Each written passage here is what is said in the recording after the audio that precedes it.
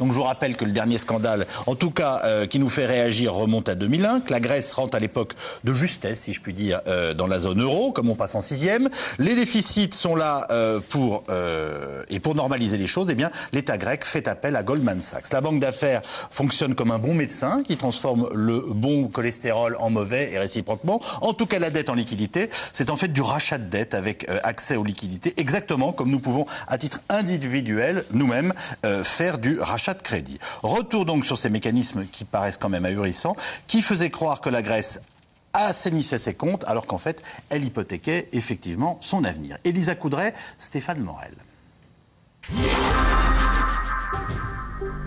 C'est un des géants de la finance mondiale.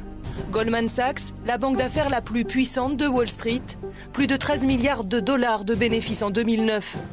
Sorte de super prédateur qui, après avoir dévoré certains de ses concurrents, s'attaque aux États. Première victime, la Grèce. Tout commence en 2001. La Grèce rentre de justesse dans la zone euro. Pour répondre aux critères draconiens européens sans trop se serrer la ceinture, elle fait appel aux experts de Goldman Sachs. Diminuer sa dette tout en continuant à dépenser, c'est possible. Goldman Sachs prend 10 milliards de dettes émises en dollars et en yens et les transforme en 9 milliards de dettes apparentes et 1 milliard de cash, le tout en euros. L'astuce, utiliser un taux de change sur mesure. Mais ça ne suffit pas. Goldman Sachs crée alors un produit financier et permet au pays de toucher de l'argent tout de suite en vendant ses recettes de demain, taxes aéroports ou loterie. Pour ses bons conseils, la banque empoche 300 millions de dollars de commissions. La dette grecque est camouflée, le pays peut continuer à dépenser. Il y a quelques mois, Goldman Sachs aurait proposé à la Grèce de refaire le coup. Le pays a refusé. Sa situation financière l'inquiète déjà beaucoup.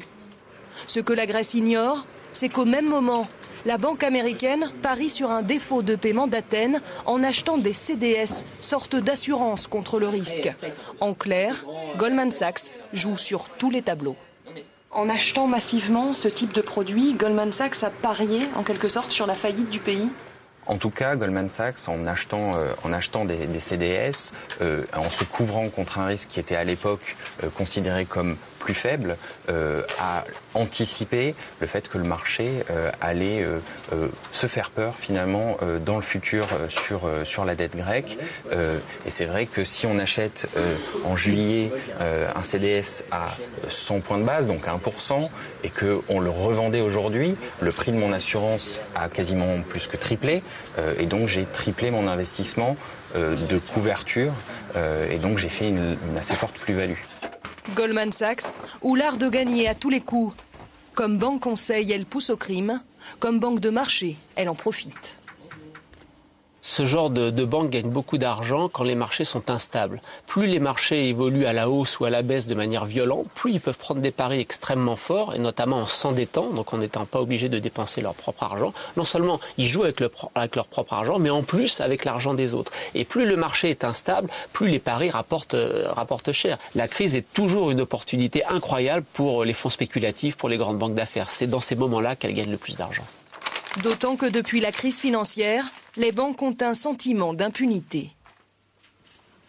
On a créé des mastodontes financiers puisqu'on a aidé un certain nombre de banques, pas toutes, une a fait faillite de façon retentissante, et on a laissé les derniers acteurs sur la piste fusionner, se marier et donc créer des très grosses institutions qui vont avoir un pouvoir de marché impressionnant sur tous les marchés financiers. Donc nous avons des gouvernements qui ne se coordonnent pas face à des acteurs de moins en moins nombreux qui, dès lors, sont bien mieux coordonnés qu'ils ne l'étaient par le passé. Et donc, les banques comme Goldman Sachs, comme la Deutsche Bank, comme les banques espagnoles sont des acteurs désormais incontournables qui, de toute évidence, savent pertinemment qu'ils seront aidés si jamais ils commettent un impair parce qu'ils sont bien trop grands pour faire faillite. Quelque part, ils mordent la main qui les a nourris pendant la crise. Ils ont définitivement mordu la main bien gentille qui les avait aidés il y a 1 an et demi, à 2 ans. Des méthodes cyniques, mais lucratives.